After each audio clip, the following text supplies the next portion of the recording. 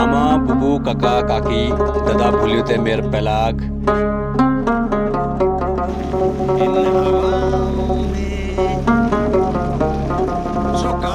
हम निकल पड़े हैं चनौरा की ओर, दूरस्थ गांव चनौरा विधानसभा दरहाट के। जब भी प्रकृति की खूबसूरती की बात होती है तो उत्तराखंड का नाम जरूर आता है और एक ऐसी ही खूबसूरत ट्रैकिंग डेस्टिनेशन सुपताल की ओर हम सभी दोस्त निकल पड़े हैं। भारी बारिश के बावजूद चौखुटिया से लगभग 12 किलोमीटर की दूरी तय करने के बाद हम खेड़ा पहुंचे। बारिश रुकने का नाम नहीं ले रही थी और जल स्तर भी बढ़ने लगा था। अब बस ये डर था कि आगे कहीं रोडें खराब ना हो गई हों।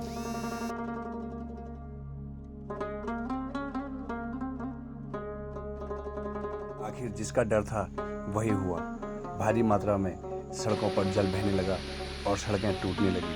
हमने यहाँ से समय रहते निकलना ही उचित समझा।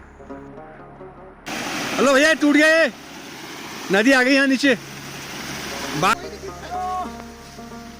टूट रहा है वहाँ पहाड़ हो चुका है और ये पत्थर टूट रहे हैं और हमारी गाड़ी को भी यहाँ से निकलना है।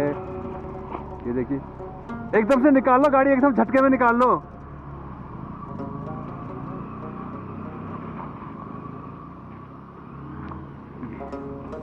तो थोड़ा सा चौखुटिया से लगभग 25 किलोमीटर की दूरी तय करने के बाद हम चनौरा गांव के नज़दीक पहुंचे। आगे को सड़क नहीं होने के कारण अब आगे का सफर पैदल ही है। तो जैसे कि आप देख रहे हैं कि हम चनौरा गांव पहुंचने वाले हैं। कितना अच्छा लग रहा है कि हम व्यू कितना अच्छा कि प्रकृति के नेचर, प्रकृति के इस गोद में आए हुए हैं।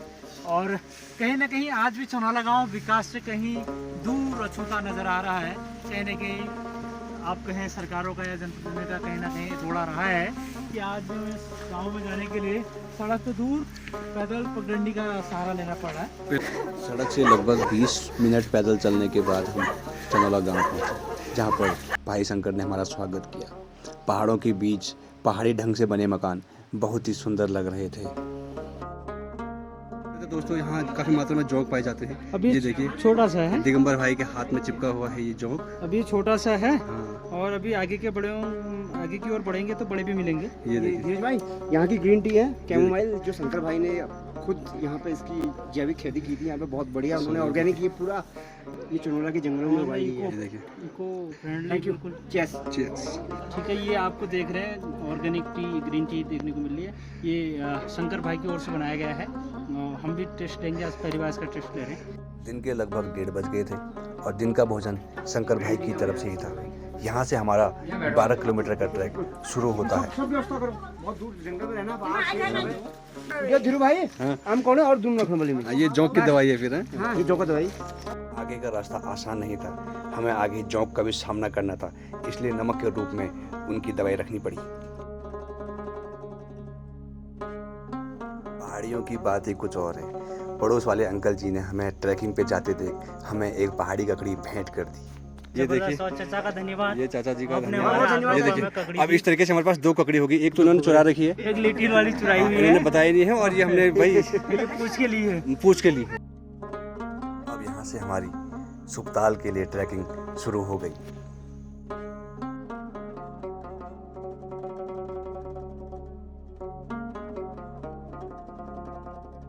सुनसान और घने जंगल के बीच पानी का शोर मन खुश करने वाला था।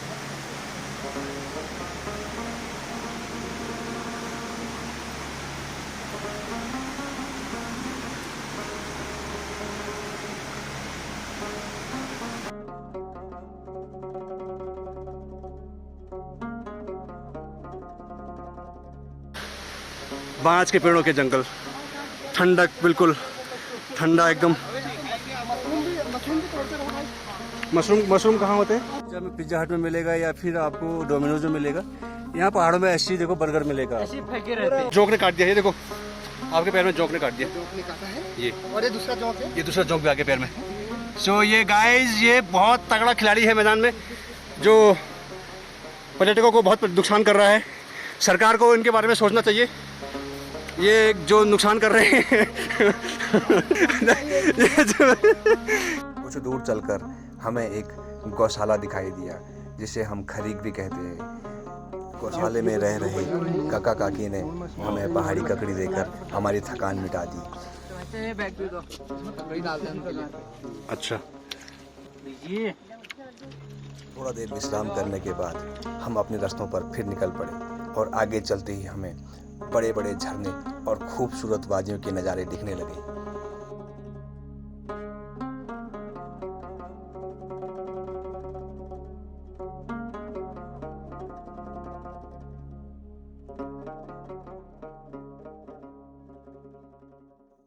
दिन के 4 बज रहे थे और घने जंगलों के बीच ऐसा प्रतीत हो रहा था जैसे अब रात होने ही वाली है।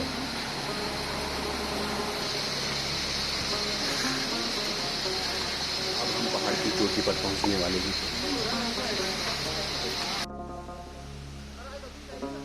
अभी है 10 मिनट और। अब पहले 10 मिनट का अर्थ समझना पड़ेगा हमको पहले।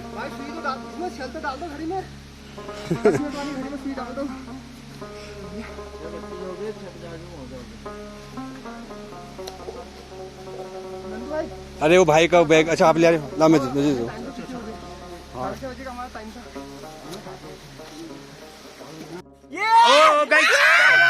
गाइस ये बिल्कुल से यहाँ पे हमला कर दिया है, बिल्कुल छोटे छोटे जानवरों ने। ये ओह ये खा दिया भाई, तगड़ा तगड़ा तगड़ा भाई ये भी है। तो ये कीटाणु बड़े बड़े कीटाणु गाइस ये भाई साहब कैसे चिपक रखे पैरों पे। और गाइस और कोई है हाँ गाइस ये देखो, ये बिल्कुल खून कर दिया है इन्होंने। ये देखो ये पैरों की हालत किस तरीके से बुरी कर दी है। पूरे रास्ते हम जोंक से लड़ते हुए आ रहे थे और नमक हमारे लिए एंटीडोट का काम कर रहा था। ऐसे नहीं निकलते, देखो ये ऐसे करके निकल जाते हैं इजीली। अगर आप हाथ से खींचोगे तो नहीं निकलेंगे भाई लोगों। तो इसके लिए नमक वाला आपको थोड़ी देर के लिए उसके ऊपर रखना पड़ेगा, फिर ये खुलेगा। ये नमक लगाएंगे इस पे और ये डबल देखो खुल गया। ये कैसे खा रहा है पैर को, और देखो कितना खा चुका है पैर को गाइस। ये देखो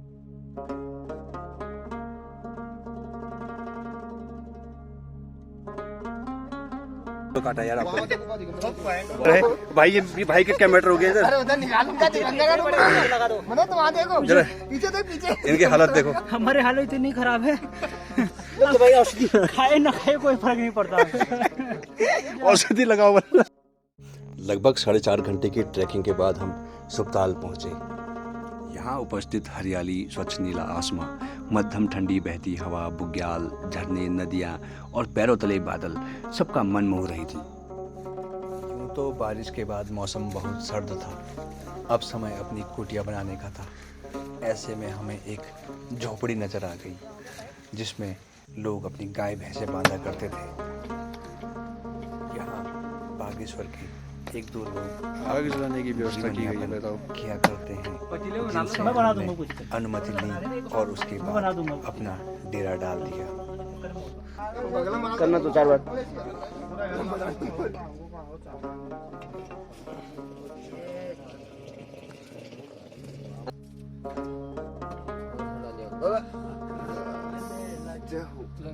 लाओ कुटुक दियो भैया। चंदा को दे दिया। यही गौशाला हमारा उस रात का बसेरा था। यहाँ बैल बांधी हुई थी और रात में जब बैल सुसु करती थी तो छींटे मुंह पर गिर रहे थे।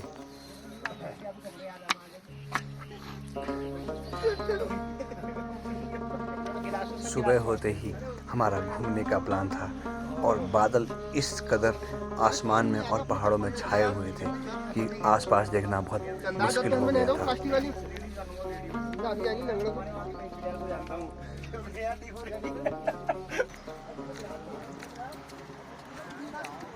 सुबह सुबह उठने के बाद चाय पीने के बाद और निकल पड़े हैं मेरे मित्र। यहाँ के पहाड़ और खूबसूरत जंगल हमें मनमोहित कर रहे थे। यहाँ की अद्भुत शांति और प्रकृति की सुंदरता हमें यहाँ ठहरने के लिए मजबूर कर रही थी।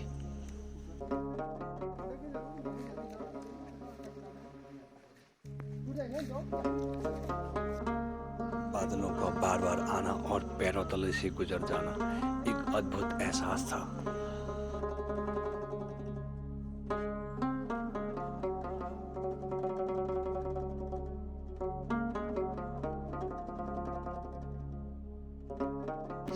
इसकी लंबाई जो है 5 किलोमीटर है। योजना का नाम है कैंपा एनपीओ। ये जो है वित्तीय वर्ष 2021-22 में बागेश्वर ने इस रास्ते की 5 किलोमीटर की मरम्मत कर दी।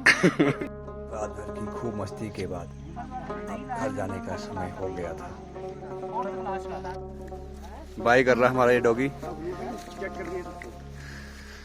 सुल्तान पहुंचने के बाद पता चला कि बीएसएनएल के अलावा और कोई नेटवर्क यहाँ पर काम नहीं कर रहा था और बिना नेटवर्क के हमने बहुत खूबसूरत जिंदगी यहाँ पर जी। जाने का मन तो किसी का नहीं था, लेकिन मजबूरियाँ सबको नीचे की ओर दौड़ लगा रही थी। आने में जो समय 4.5 घंटे लग गए थे, अब 2 घंटे में नीचे पहुँचने का टारगेट था।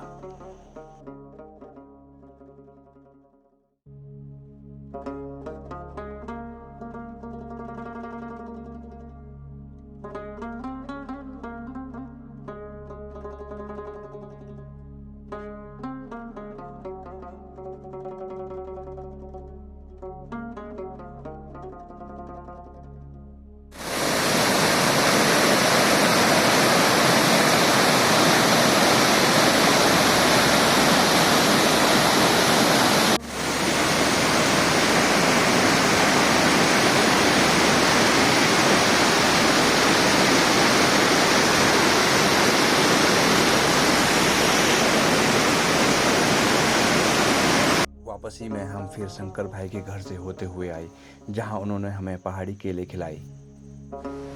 जाते समय जो रास्ता टूट रहा था, आते समय उसकी दशा बहुत बुरी हो गई और हमारी बाइक